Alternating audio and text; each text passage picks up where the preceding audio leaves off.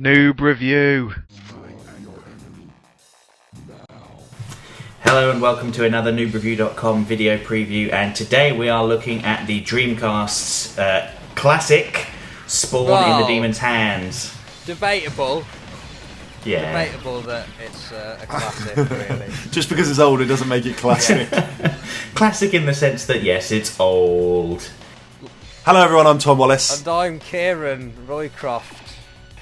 And the first man you heard there was Luke Mears from the website noobreview.com. He's nice. This game, on the other hand, it looks awful.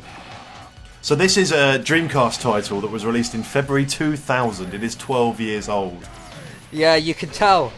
You can certainly tell. Those are some lovely polygons going on there. Do you know what, actually? When this first came out, I thought this was brilliant, and when I was given the opportunity to make this video, I thought, oh, I'm going to love playing this again. Oh, how wrong I was.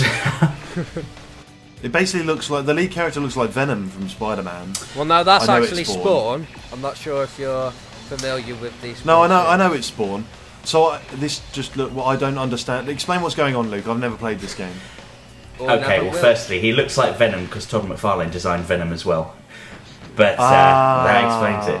But this is an arena-based combat game. I'm playing the two-player mode in single-player, so I've got an AI companion where you have to fight off against another team of enemies. Who's that leprechaun points. there? What's he doing That's there? Cogliostro. He's not a leprechaun, it's just Spawn's really tall. Oh, right. Sorry, He's like continue. I can't even remember what Cogliostro did. He was like a hobo wizard or something. I can't remember. But you have to score points in basically an arena combat match and fight your way through to the finish to get a kind of lackluster ending. So was there an actual story and stuff to it? Well, when you actually start the game up, it says story by Todd McFarlane, but there really isn't very much of a story. As far as I'm aware, it's probably all in the instruction manual. Like the good old days. Yeah. So the cynic in me is saying that it's gnawing at me, saying that Unreal Tournament came out in 1999. Is this just a cynical try to do something similar? I think so, except it's made by Capcom. They usually make very good games, but for some reason this... Yeah, I'd say they do, but for some reason this one is a bit of a miss, really. It's kind of clunky to control, it's got awkward camera system, like there, for instance, there's a dirty great rock in the way. I can't even see this 200-foot tall enemy I'm fighting. Die with your chains. Yeah, but the interface isn't very intuitive either, and... You know, you can kind of smash up things in the environment and collect power-up icons, like they'll increase your speed, your defense, refill your health. But every time you get hit, you'll drop one. Which is, you know, it kind of adds something to the gameplay, but to be honest, it's really boring. Yeah, it looks kind of a bit button bashy from what I'm seeing. I'm absolutely fascinated by how budget this looks. I just like the little green leprechaun, man. The hobo wizard. I appreciate that it's 12 years old, okay? But Famitsu gave this 31 out of 40 when it came out. Yeah, I imagine it's probably a lot of fun when playing in 4-player. Yeah, but you're forgetting. Really? You're forgetting, Tom. This actually came out on the greatest console ever released. So. Oh, the Dreamcast. Yeah, but what else was out on this time on the Dreamcast? What was the launch title? Toy Soldiers. That was amazing. Power what's Stone. it called? Oh, was it called Toy Soldiers? Just Choo toys, Choo wasn't I it? think it was Toy Commander. Choo Choo Rocket. Um, Sonic Adventure, the original one. this is debatable, but yes, okay. I thought. Yeah, but the point is that there were loads of great Dreamcast games, and This is not one of them. So, Sign of the Times, the Dreamcast. This came out in 2000 on the Dreamcast, and they were porting it to the PS2 for the launch of the PS2, and that got canned because this is crap. Yeah. possibly. They may have canned it because they thought, you know what, we've already released the best possible version on the Dreamcast. There's no point in trying again. There is absolutely no way we could ever top Maybe it. they hit just perfection. saw the Famitsu review and they were like, well, no point, is there? Anything we do is just going to be worse, so just forget it. It's going to be downhill from here. So I can't imagine this sold well. What is going on with the interface as well? Explain the stuff at the bottom. I get the bit that says radar.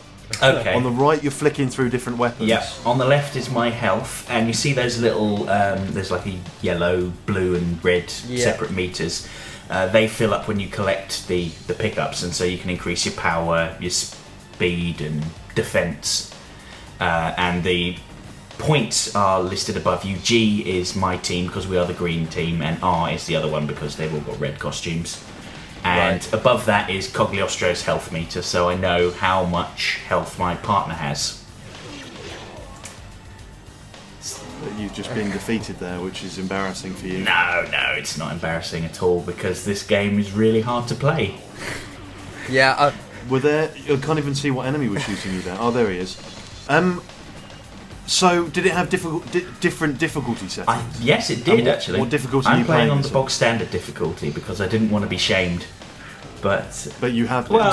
Yeah. No, I've actually won this round on a technicality. Celebrated with a little points. jump there. That was nice. Yeah. Show off. But in the next fight, it's the last boss fight, and I can't actually beat Spoilers. If you don't want to don't want spoilers. to see the boss, then Look away yeah. now. It's basically only the last boss because these two characters you fight have got moves that kill you in one hit. oh wow. Oh, brilliant. Yeah. Christ. So they just made it unbeatable, basically. Well, it is beatable because I almost beat them and then I fell in the lava and lost 3 points and they ended up winning.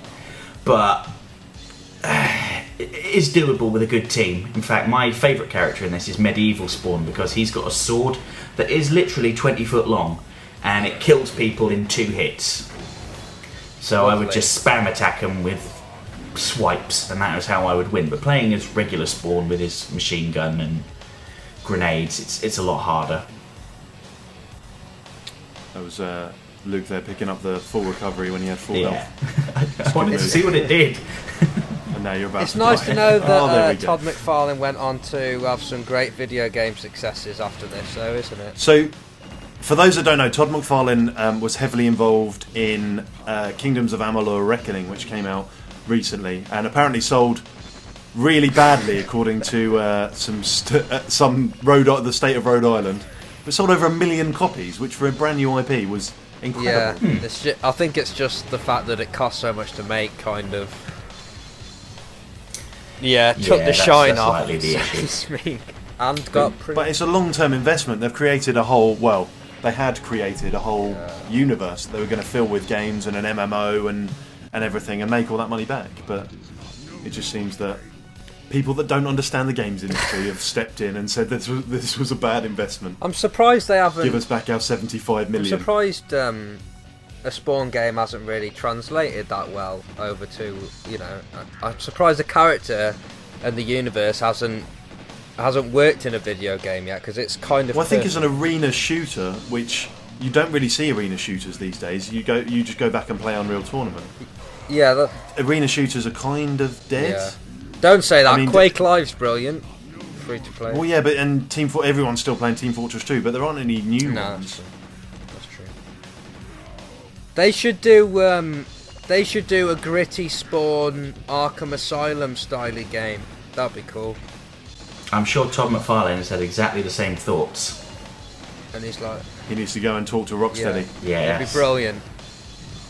Spawn seems like the perfect kind of game that would fit a beat 'em up Yeah. as well, Would- with the outlandish characters and the giant chains and stuff on Well, his back. funnily you should mention that. Wasn't he in Soul Calibur 4? It was. Ooh, he was in one of them. It was on the Xbox. Might have been Soul Calibur 2. Ah. I believe he was. I remember him being on the case. So there we go. Story, Todd McFarlane. So he just turned up and went, yeah, Spawn's got a cape. Except when you play as him, he doesn't have a cape.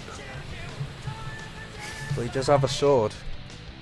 It was indeed Soul Calibur 2. The reason I've included this on the end is because this is probably the best thing about it. It's a crazy Japanese rock song, which is... it's got nothing to do with the game, but it's like about a guy that's got a headache that goes to the doctor. There's your leprechaun. Hey, look at him. Brilliant. I'm just enjoying the music. Yeah, aren't we? It's wonderful nonsense. Graphically, it looks nice. He doesn't. I want to be that guy. He doesn't look a very strong There's character. Venom.